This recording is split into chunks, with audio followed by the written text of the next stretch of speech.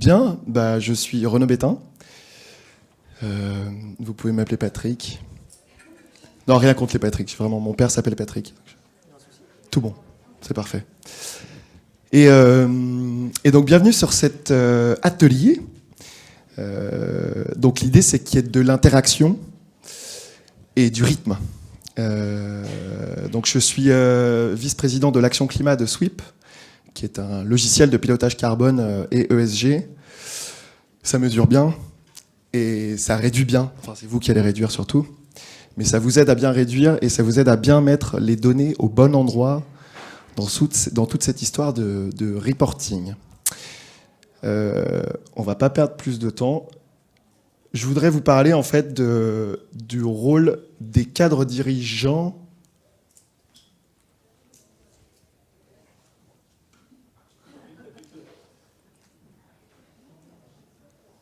Donc ce sera toi, Carlos.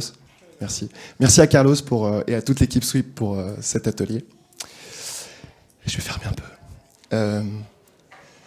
J'en ai parlé un peu aujourd'hui, mais il se passe un truc hyper intéressant actuellement. C'est que les cadres dirigeants se voient en fait en charge. On parle beaucoup de climat comme un sujet systémique qui doit toucher chaque département. Et ce qu'on observe, c'est que ce fameux C-level commence à embarquer ces enjeux de climat à différents niveaux, de différentes façons, et qu'il active ces enjeux climatiques avec ses propres leviers. Donc c'est tout simplement la finance qui doit faire du reporting extra-financier. C'est la sustainability qui est là depuis des années et des années. Je te regarde, Fabrice, mais c'est vrai.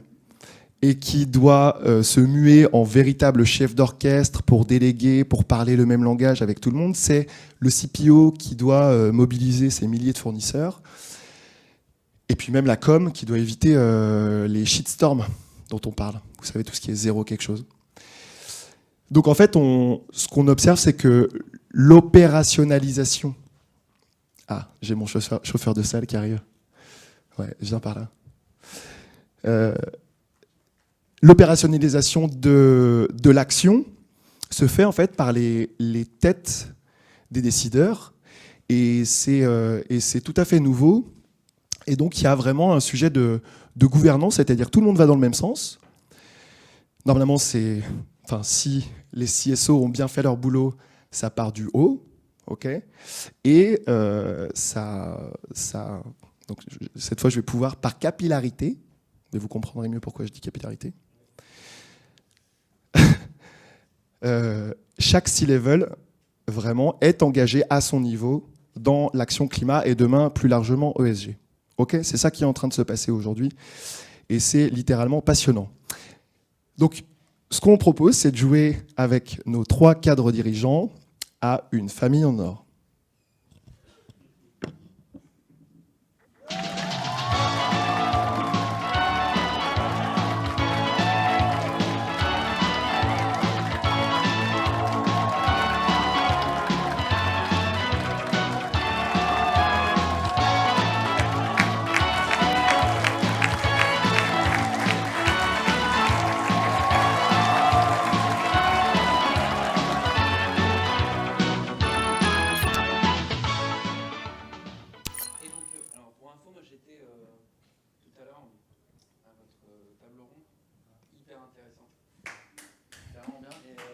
On peut applaudir. Et je vous demande d'applaudir tous très fort Patrick Roy. Merci beaucoup. Très bien. Donc bienvenue sur Une famille en or. La slide suivante, s'il vous plaît. Donc je vais accueillir nos 3 membres éminents de cette famille. Si vous voulez bien nous rejoindre, s'il vous plaît, Nathalie, Régine et Fabrice. S'il vous plaît, on applaudit.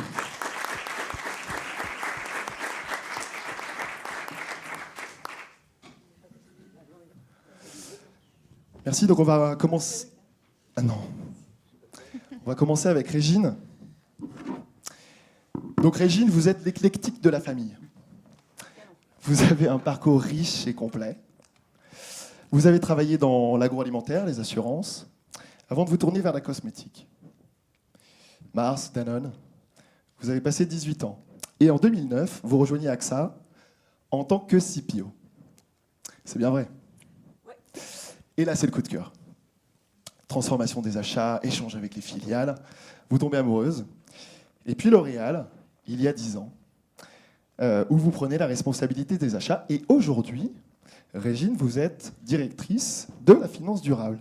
Est-ce que vous pouvez nous expliquer quel a été ce cheminement entre les achats et la finance durable? Alors, bonjour à tous. C'est très clair, en fait, dans les achats. Ce qui est extrêmement important dans les achats, c'est de mener la transformation de l'entreprise au travers de son écosystème fournisseur. Et donc, dans les achats, j'ai eu la chance de pouvoir relier au quotidien l'économique, la sustainability, la qualité. Et en fait, quand notre CFO, Christophe Babule, a voulu créer ce job de finance durable, parce que lui, son motto, c'est vraiment de dire que le CFO doit devenir un Chief Value Officer, il s'est dit, tiens, je vais prendre quelqu'un qui l'a fait sur le terrain pour pouvoir transformer ma propre fonction, la fonction finance. Et donc, c'est la raison pour laquelle, moi qui aime transformer, je me suis retrouvée au poste de CSFO. Vous tenez une position de choix dans cette famille. Nathalie, bienvenue. Nathalie, vous êtes un peu la geek de la famille. Vous avez rejoint Rexel en 2018. Vous êtes directrice digitale IT et développement durable du groupe. On a de la chance. Vous pouvez faire un peu de wow, des trucs comme ça, hein, ok? Merci, vous gênez pas. Avant cela, vous étiez VP Software et membre du comité exécutif d'IBM France. Vous avez aussi travaillé 8 ans chez Microsoft. Et Nathalie, vous êtes aussi administratrice à différents boards, Keolis, Quadient et Amundi. Et enfin, vous êtes membre du CA de l'association Women in Leadership et membre de l'asso Chapter Zero.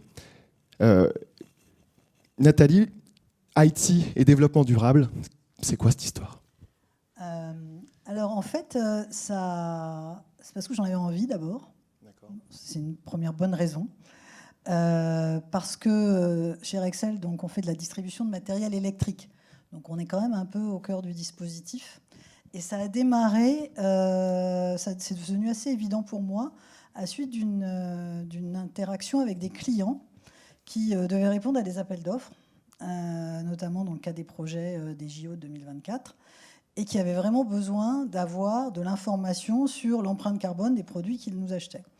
Et donc, en regardant un petit peu ce qu'on pouvait mettre en place, il nous a paru assez astucieux, pertinent, d'associer la responsabilité IT Digital Data à l'enjeu business qui était derrière le plan sustainability du groupe.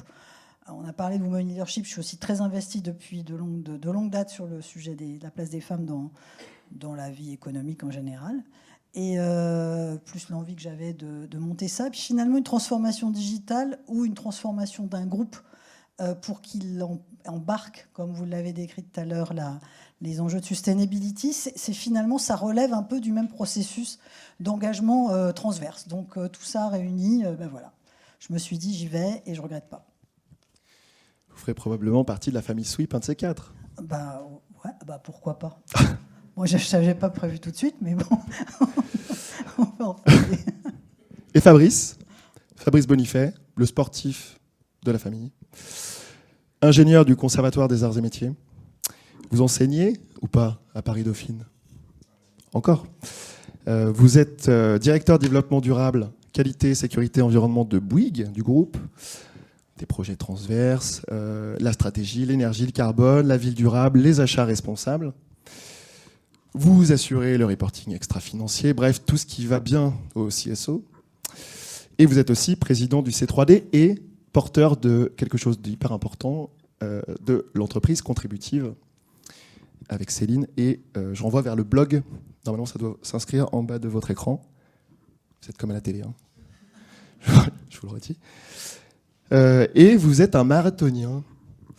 Vous en avez fait 37. Est-ce que vous voyez un lien entre l'action climat et les marathons? Ouais, parce qu'on est dans le dur, là. On arrive dans les derniers kilomètres, quand on tape le mur, là. Et il reste encore pas beaucoup de temps pour agir, pour inverser une trajectoire qui est quand même juste suicidaire pour l'humanité. Et c'est là qu'on a le moins d'énergie pour y arriver. C'est exactement ce qui arrive à l'humanité en ce moment, hein. Donc on va avoir moins d'énergie pour transformer. Et à l'époque où on en avait beaucoup, on n'a pas commencé à faire le virage qu'il aurait fallu faire. Donc il va falloir qu'on le fasse sous une double contrainte. La contrainte de flux énergétiques qui vont être insuffisants parce qu'on est en déplétion des flux physiques carbonés, notamment le pétrole liquide. Et puis il y a une autre contrainte morale qui est si on ne comprend pas maintenant qu'il faut arrêter d'émettre du CO2, donc de laisser l'essentiel des réserves encore disponibles là où elles sont. Donc c'est un peu comme si vous aviez votre meilleur plat dans le frigo et vous interdisiez de le bouffer, quoi. C'est un peu ça.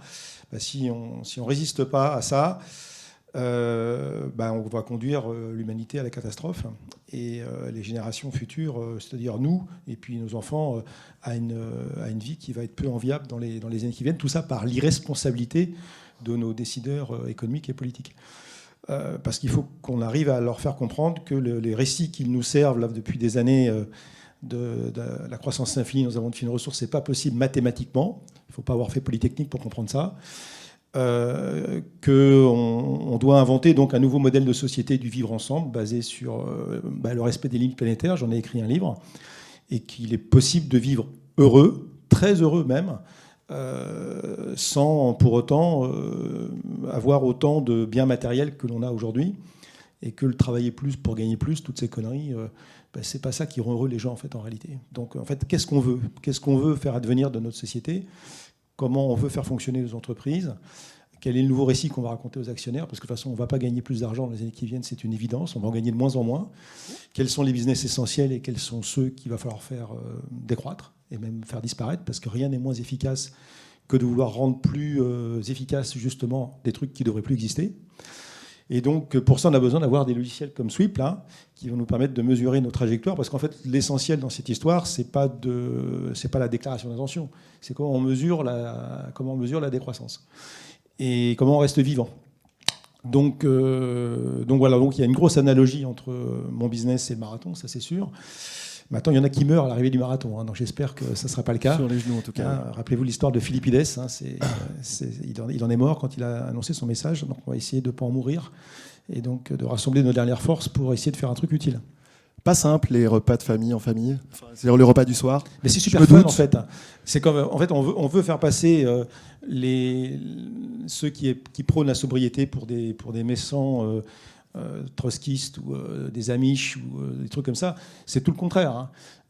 Je pense que si vous faites ce qui vous rend le plus heureux, si on vous dit voilà, c'est l'achat d'une paire de baskets, un aller-retour à Essaouira en avion, surtout en ce moment, ou passer du temps avec vos copains, faire des câlins, etc.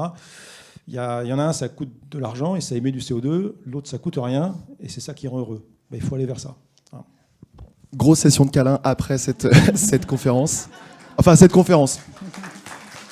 On peut faire un test. Si, ouais. On peut faire un test. Est-ce que vous préférez acheter une paire de godasses ou faire un câlin ? La paire de godasses. Faire un câlin ? Regardez. Tapez sur A voilà. Pour un câlin. Tapez sur B pour des godasses. Ah, donc, on va jouer, puisque du coup, il faut quand même se marrer. C'est pour ça qu'on fait ça.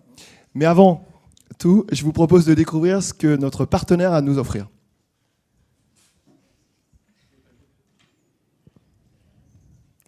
Vous jouez aujourd'hui pour gagner une magnifique planète habitable. Sa température n'a pas excédé 2 degrés, ce qui signifie que l'ensemble de ses habitants pourront en profiter, et pas seulement les riches. Elle bénéficie d'une biodiversité préservée, de ressources hydriques maîtrisées et d'une économie décarbonée pourvoyeuse d'emplois. La planète habitable est offerte par notre partenaire Nature et Coïncidence. Elle est livrée montée, prête à être exploitée, prête à satisfaire vos besoins primaires. La production décline toute responsabilité en cas de manquement à l'entretien et à la préservation de cette planète. Merci. Merci. Passons sans plus attendre à la question numéro 1. Alors, une question, donc vous avez bien compris hein, l'histoire de la famille en or, cette émission culte. Vous êtes une famille, il y a une question qui a été posée à un panel de 4850 Français de toutes les régions de France et de Navarre. Et donc, il y a 4 réponses à trouver pour chaque question. OK, c'est parti. Donc la première question, quelles sont les qualités qu'un CEO ou une CSO, donc quelqu'un en charge de la sustainability, doivent développer aujourd'hui, à l'heure du passage à l'action? Régine, je vous en prie. Comme ça, à la live. Comme ça, en live. Ah, ok. C'est un atelier. Hein. C'est un atelier, très bien. Alors moi, je veux bien jouer avec la salle aussi, hein, parce que j'ai le droit d'avoir un ami dans la salle. Vous pouvez crier. Bon. Alors pour moi, le CSO, aujourd'hui, il a quand même déjà, en tout cas chez nous, beaucoup inspiré la compagnie. Il a déjà insufflé le changement. Maintenant, le CFO, il doit embarquer toutes les fonctions dans l'opérationnalité des fonctions, dans le quotidien des fonctions. Et il doit arriver à coordonner vraiment les plans de transformation qui sont derrière le développement durable. Donc vraiment être en partenariat avec chacune des fonctions, dont la finance, dont les achats, dont le marketing, pour qu'à l'intérieur de chaque métier, le développement durable ne soit pas un truc à côté, un KPI à côté, mais quelque chose qui soit totalement intégré dans les objectifs de chaque fonction. C'est un intégrateur. Est-ce que vous voulez dire structuration et pilotage? Voilà. Très bonne réponse, bravo, on applaudit. Fabrice, une réponse? La meilleure façon d'agir, c'est de comprendre. Alors déjà, le CSO, c'est dommage quand même d'en être encore à expliquer des choses qui devraient être naturelles, mais hélas, il y a encore beaucoup de gens qui n'ont pas bien compris. Et quand on a un pourquoi qui nous fait vivre, on peut supporter tous les comment. Et donc le rôle du CSO, c'est quand même de rappeler pourquoi il faut bouger et surtout le temps qui nous reste pour bouger. Parce que ça, je pense que les gens commencent à comprendre qu'il est nécessaire d'arrêter de mentir déjà, d'arrêter de faire croire des choses qui n'adviendront pas. Mais le vrai sujet, c'est les ordres de grandeur. Hein, souvent, dans les entreprises, on confond 1 et 1000, et les fausses promesses de la croissance verte, etc. Donc il y a des choses. Le CSO, il est là pour remettre l'église au milieu du village, pour dire voilà, on est quand même la voie de la science. Moi, je suis le Greta Thunberg du groupe Bouygues. Et une fois qu'on a dit ça, après, c'est pas laisser les gens dans le désarroi, leur dire ben oui, on peut produire la valeur autrement, à condition de tout revoir, et notamment à commencer par le modèle d'affaires, parce que tout est un problème de modèle d'affaires.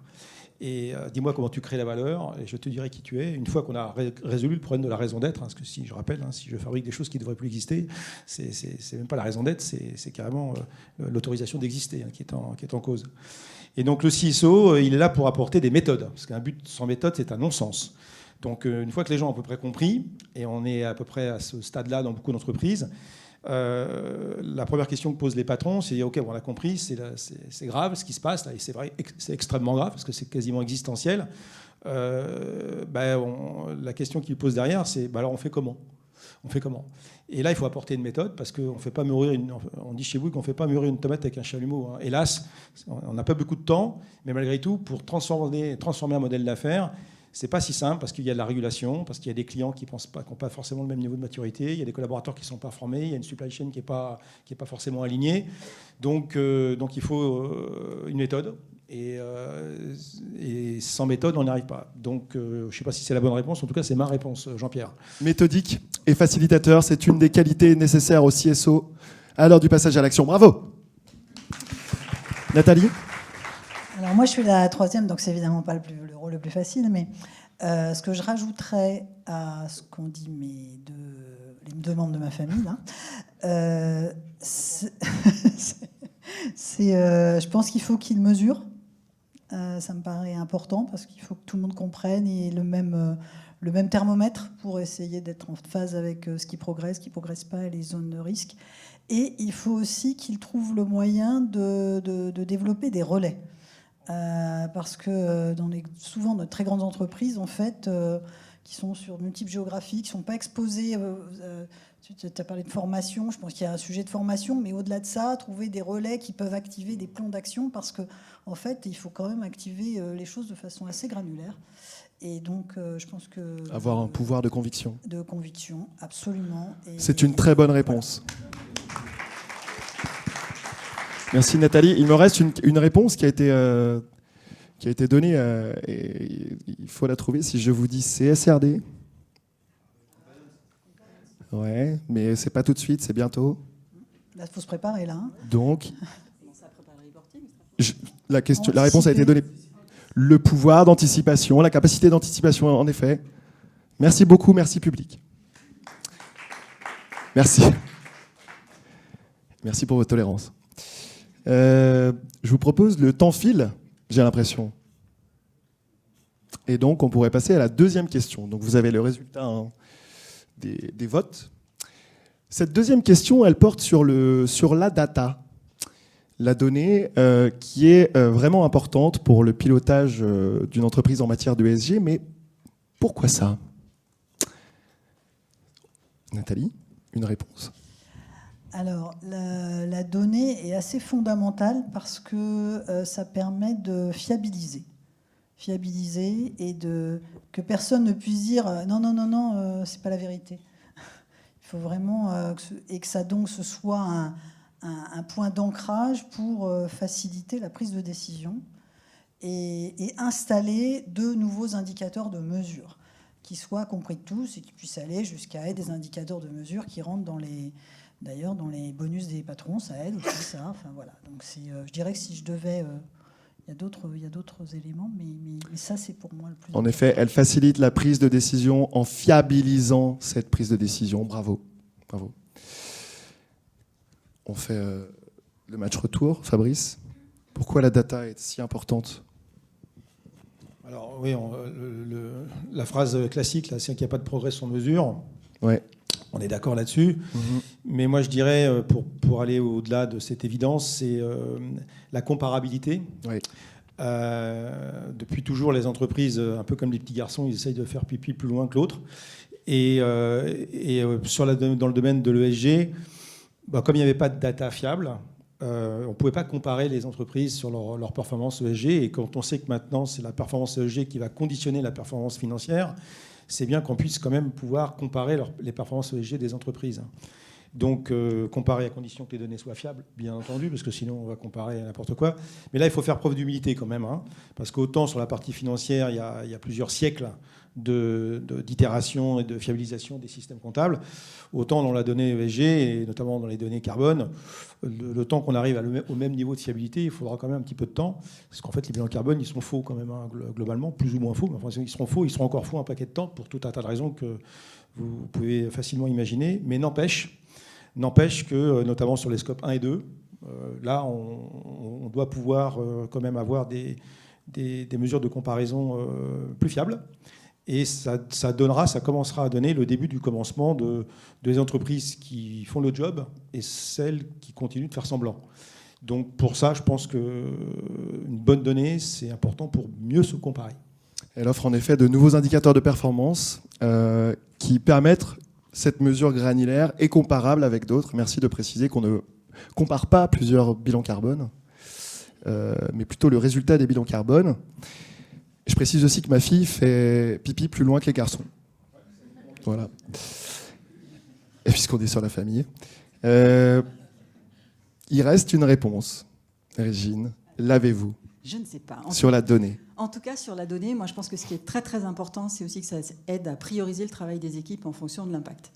Parce que chez nous, ça fait quand même très longtemps qu'on est engagé et on a des équipes qui sont super motivées, mais il peut aussi y avoir pas mal d'initiatives. Il faut les canaliser, il faut prioriser les ressources des équipes et financières là où il y a le maximum d'impact. Donc prioriser le travail des équipes, pour moi, c'est super important. Et l'autre chose, c'est que tous ces sujets-là, c'est pas que le sujet de sustainability. Bien sûr, ça fait peur, bien sûr, il y a la planète, mais à un moment, pour motiver les équipes, il faut leur trouver quelque chose de positif, une performance à aller chercher, quelque chose à réaliser. Et la donnée, elle permet aussi aux équipes de mesurer les progrès, de les rewarder et de faire de ça quelque chose de positif pour aller vraiment vers l'avant. C'est super ce que vous dites. La réponse était, elle est un langage commun, mais quand vous parlez des équipes qui vont vers le même objectif, ce qui s'appelle la gouvernance, on a besoin de langage commun. Et donc, c'était la 4e réponse. Carlos, la slide récap. Voilà, tout était là. Bravo, bravo, fantastique. Je pense qu'ils peuvent être applaudis. Et si je peux rajouter quelque chose Bien sur sûr. le langage commun, je pense qu'il ne faut pas oublier d'autres parties prenantes, le conseil d'administration, qui doit aussi comprendre les choses, les clients, les fournisseurs, donc parce qu'en fait, la solution, elle n'est pas seulement dans l'entreprise, mais elle aussi dans l'alignement des différentes parties prenantes. Merci beaucoup. Il nous reste 2 questions à ce stade de l'émission. Tout se passe bien pour vous? Cette 3e question porte sur la finance durable. Évidemment, Régine, vous êtes visée par cette question, mais les membres de cette famille vont aussi tenter de trouver les réponses. Quel est le rôle de la finance durable pour une entreprise et dans une entreprise? C'est pour moi la question? Oui. Je crois qu'il fallait faire parler d'abord. Non, je fais des allers-retours. D'accord, ok. Bon. La finance durable, en fait, elle a un rôle très, très simple, c'est de permettre aux financiers de parler un langage sustainability et aux équipes, toutes les équipes impliquées dans la sustainability, de parler aussi ce langage et de relier les deux performances. Chez L'Oréal, on croit beaucoup à la double performance. C'est au cœur du modèle d'affaires. Si on veut créer de la valeur, c'est à la fois sur une performance financière et une performance de durabilité. L'une va pas sans l'autre sur la performance à long terme d'une entreprise. Et la finance durable, elle doit faire le lien entre les deux pour permettre, et on l'a dit tout à l'heure, de prendre des décisions, d'allouer des ressources, de parler aux investisseurs. Et de piloter vraiment la sustainability comme de la création de valeur. Et c'est pour ça que je dis toujours que ce n'est pas quelque chose de négatif forcément, et que la création de valeur, c'est vraiment l'angle. Bien sûr, il y a la création de valeur par le profit, mais on a vraiment un CFO qui nous dit le profit n'est pas le seul critère de création de valeur. Et le partage de la valeur, c'est aussi cet élément-là qu'il faut qu'on puisse suivre à la fois dans les éléments extra-financiers et les éléments financiers. Elle relie performance financière et extra-financière. Merci beaucoup, Régine. Très bonne réponse. Fabrice? Mais moi, je ne suis pas trop d'accord avec ce qu'a dit ma voisine de droite. Il peut y avoir des dissensions dans les familles, c'est normal. Mais c'est pas grave, hein, on s'entend bien, mais c'est des petits conflits de famille. Non, en fait, pendant très très longtemps, la finance durable, c'était presque un oxymore. Hein. La finance a été au service de la destruction du vivant. En fait, on finançait des infrastructures et on se foutait complètement de savoir si ces infrastructures étaient compatibles avec la capacité des écosystèmes à digérer nos externalités environnementales négatives et même sociales. Et d'ailleurs, plus on finançait ces infrastructures ou ces produits ou ces usines, etc., c'était pour faire du cash, uniquement du cash. Et tant que la planète a été suffisamment grassouillette en ressources et qu'elle a été suffisamment capable de digérer nos bêtises, eh bien, ça ne s'est pas vu. Donc on a cru, et il y a beaucoup de gens assez simples d'esprit, ont cru que ça pouvait continuer comme ça forever. Sauf qu'on a explosé une limite planétaire, et puis 2, et puis 3, et puis maintenant on en a 7 sur 9. Et pendant des décennies, on a mis la finance au service de la destruction du vivant. Voilà, c'était ça la finance. Et donc pour moi, la finance durable, la vraie finance durable, c'est pas ça, c'est pas ce qu'a dit voisine. La finance durable, c'est comment on va maintenant réparer, intégrer dans la comptabilité des entreprises les coûts, intégrer les investissements qui sont nécessaires pour réparer les fondamentaux du business. Et les fondamentaux du business, c'est la maintenabilité des bons écosystèmes, votre vidéo de tout à l'heure là, c'est la reconstitution des stocks, des ressources, faire en sorte que les limites planétaires, eh bien, on revienne dans les limites planétaires et qu'on ne cesse de les dépasser. Et si on fait ça bien, il y a peu de chances qu'on le fasse, hein, mais si on fait ça bien, eh bien, ça sera bien le capital naturel qu'on va régénérer, qu'on va restaurer, qui va nous permettre de faire de la durabilité et de gagner de l'argent. Donc pendant des années, la finance, c'était l'alpha méga, puis ensuite on redistribuait un peu en social et en environnement. Maintenant, il faut faire du social et de l'environnement comme condition pour faire du profit. C'est complètement différent. C'est un vrai changement de paradigme. Voilà. Donc la finance, ça doit être mis en premier lieu à la réparation, à la restauration, à la protection, à la préservation de ce qui nous permet de faire du business, parce que le business, je le rappelle, c'est des matières premières transformées avec de l'énergie. Voilà. Et le jour où il n'y aura plus de matières premières, ou le jour où il y aura moins d'énergie, comment on fait, hein? Et on dit souvent, hein, quand on aura abattu le dernier arbre et mangé le dernier poisson, on va s'apercevoir que l'argent n'est pas comestible. C'est une moitié, je vous redonne la parole à Régine. Non, si, tout de suite, pardon. Allez. Alors, concrètement, la finance durable chez L'Oréal, qu'est-ce que ça fait? L'Oréal s'est engagé à être dans les limites planétaires, avec vraiment toute une série d'objectifs sur le CO2, la biodiversité. Derrière, ça entraîne des plans d'action. La finance durable, qu'est-ce qu'elle fait? Elle met tous les moyens financiers pour atteindre ces objectifs, afin qu'on soit dans les limites planétaires, dans les budgets, le plan stratégique. La finance durable, qu'est-ce qu'elle fait? Elle crée des fonds pour la régénération de la nature, sur des sujets qui sont même pas ce que fait. Voilà. Bon. Donc j'étais peut-être pas assez concrète. Mais et donc du coup, quand je dis qu'on réconcilie L'extra-financier et le financier, c'est je mets à l'intérieur des plans de financement de L'Oréal et je les expose à mes investisseurs et j'explique ce que je vais faire. Je montre que je suis en cohérence entre les objectifs que j'ai donnés à l'extérieur sur ma réduction de part carbone, ma réduction d'eau, la préservation de la biodiversité, avec ce que je mets dans mes états financiers et je le sécurise par une prise de décision, une validation au plus haut niveau par le COMEX, dans le fait que ça rentre dans le PNL du groupe et que ça va être planifié. 2 bonnes réponses dans cette réponse. Allouer les ressources pour un maximum d'impact, c'est ce qu'on retrouvait derrière la réponse de Fabrice, évidemment. Et répondre aux investisseurs et à la réglementation. Il nous en reste une. Nathalie. Alors, en fait, les 2 membres de ma famille, là, je pense, représentent des actions, des entreprises qui sont très avancées. Là, je crains que, pour le moment, déjà, la finance durable, déjà, il n'y a pas de finance durable dans toutes les entreprises. Donc ça, c'est le premier message. Je pense que c'est un premier sujet, c'est de mettre ces organisations-là en place. Et deuxièmement, qu'elles soient des bons traducteurs de la réglementation qui arrive un peu de tous les côtés et qu'elle fasse en sorte de faciliter à la fois la prise de conscience et la mise en œuvre de tout ce que Fabrice Allais nous décrit, parce qu'aujourd'hui, moi, je ne vois pas cette traduction faite de façon massive aujourd'hui dans les entreprises. Donc je crains qu'on n'y soit pas encore. Mais si vous avez la possibilité d'influer de quelque façon sur le sujet, déjà avoir quelqu'un qui porte la finance durable de l'entreprise. Oui. C'est vraiment très peu ambitieux ce que je vais dire, parce que le chantier il est majeur et très urgent, mais c'est déjà une étape qu'il faut franchir et je crains que beaucoup d'entreprises ne l'aient pas franchi encore. C'est là où la finance est vraiment instrumentale, parce que quand on veut faire du reporting extra-financier, qui de mieux que la finance, qui a l'habitude de faire du reporting financier avec des closings, des systèmes, etc., pour faire le reporting extra-financier et pouvoir le montrer finalement aux commissaires aux comptes qui regardent maintenant de la même manière la performance financière, extra-financière. Il y a un rôle formidable pour la finance demain et en tout cas, nous, nos financiers, sont assez excités de la perspective.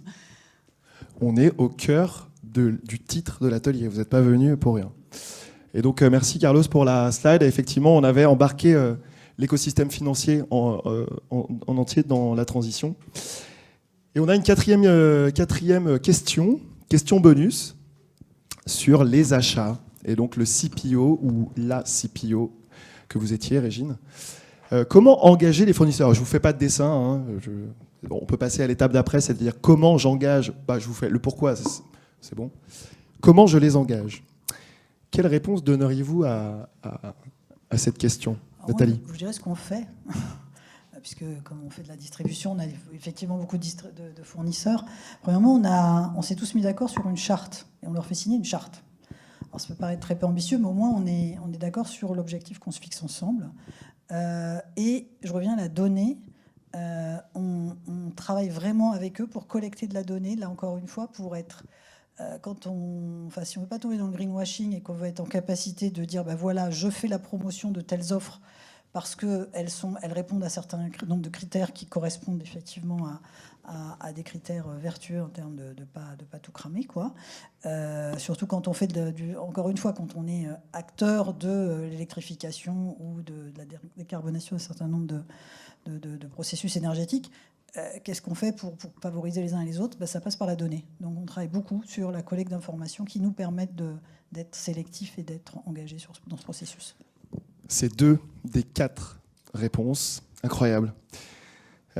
Effectivement, en contractualisant et en les engageant, notamment en signant des chartes, et en leur fournissant un outil capable de les embarquer, de faire remonter cette donnée pour les amener à s'engager. Merci Nathalie. Fabrice. Ouais, ça suffira pas. Non, et c'est pour ça qu'il y a 2 autres réponses. C'est pour ça qu'il y a 2 autres réponses. Ça va pas suffire. Donc, tu veux veux plus jouer, Fabrice ? Si, je veux bien jouer, mais le coût des chartes et tout, on a essayé chez Bouygues depuis longtemps et ça marche moyennement. Il faut savoir que l'empreinte carbone pour la majorité des boîtes, des fournisseurs, le scope 3, c'est 70% de l'empreinte carbone, plus ou moins 10% dans la plupart des boîtes. Donc l'effort, il doit être fait là, ailleurs aussi, mais surtout là quand même. Et il ne faut pas se beurrer les lunettes. Il ne faut pas croire que les fournisseurs ils vont pouvoir faire moins 90%, parce que c'est ça que l'objectif. Dans les 25 ans qui viennent, il faut qu'on fasse moins 90% de notre empreinte carbone avec le même chiffre d'affaires. Autant dire que ça va quand même être rock'n'roll. Et c'est ça qu'on leur demande à nos fournisseurs. Donc de croire que simplement en améliorant ce qu'ils ont toujours fait, on va pouvoir atteindre ces chiffres-là, c'est juste une vue de l'esprit. Donc pour engager nos fournisseurs... On parlait de contrat avant. Comment ? On parlait de contrat. Oui, mais moi je réponds à la question. Et la question, c'est de travailler sur eux-mêmes leur modèle d'affaires. Okay. Est-ce qu'ils vont continuer de nous vendre leurs produits ou est-ce qu'ils vont nous vendre le service de leurs produits, ce qui est complètement différent, pour qu'ils gardent la propriété de leurs produits, qu'ils soient de plus en plus réparables, qu'ils soient de plus en plus durables. Et il faut qu'on mette en place l'économie de fonctionnalité en B2B. Voilà. Et nous, alors je vous donne un exemple chez Bouygues. Pendant des années, on achetait des équipements électroportatifs pour faire des trous dans les murs avec un partenaire qui s'appelait Hilti. Et puis, c'est des petits équipements.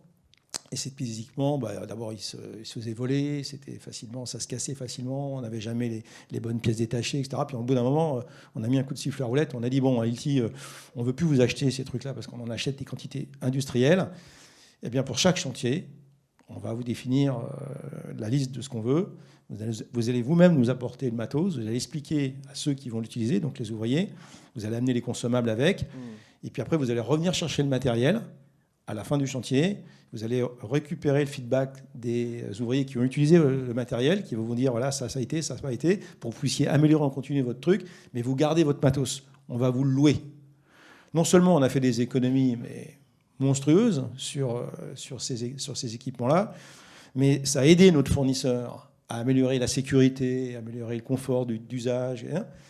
Et puis, quand on a fait le bilan économique de tout ça, on a gagné un paquet de pognon, quoi.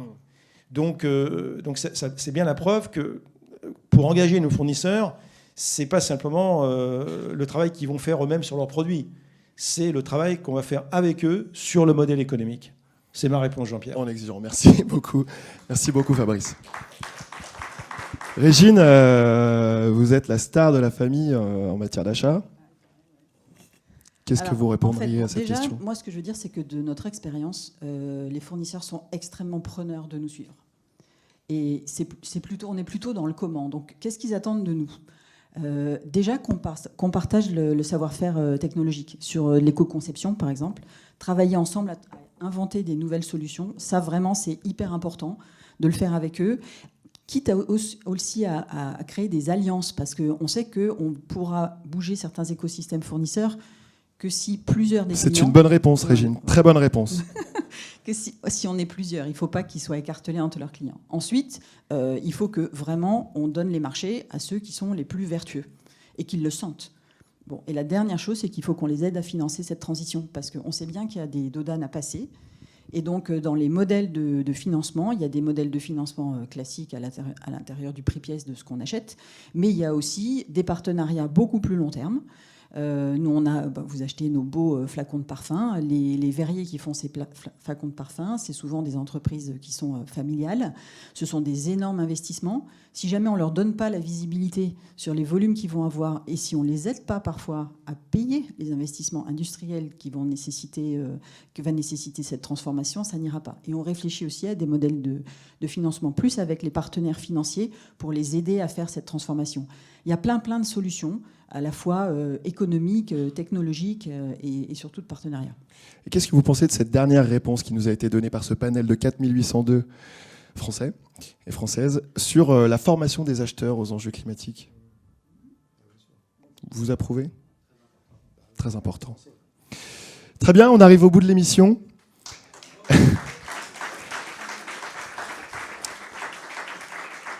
Merci d'avoir joué le jeu. Je vais terminer par un petit mot de conclusion. En fait, on voit bien, et je suis vraiment très content qu'on ne soit pas rentré dans le détail de qu'est-ce que le climat a changé pour vous. Et on a vraiment couvert chacun de vos périmètres, en fait des périmètres des C-level, de ces cadres dirigeants qui est en train d'évoluer avec des enjeux qui changent leur façon de faire.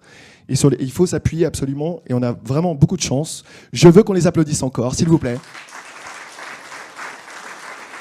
On a beaucoup de chance de compter sur votre expérience, parce qu'elle est fondamentale pour redessiner les contours de ces cadres dirigeants. Et je voudrais terminer sur la donnée, s'il te plaît, Carlos, effectivement, parce qu'on l'a vu que c'était clair. Et je tiens à vous rappeler que si vous avez la donnée, nous avons la solution. Bravo.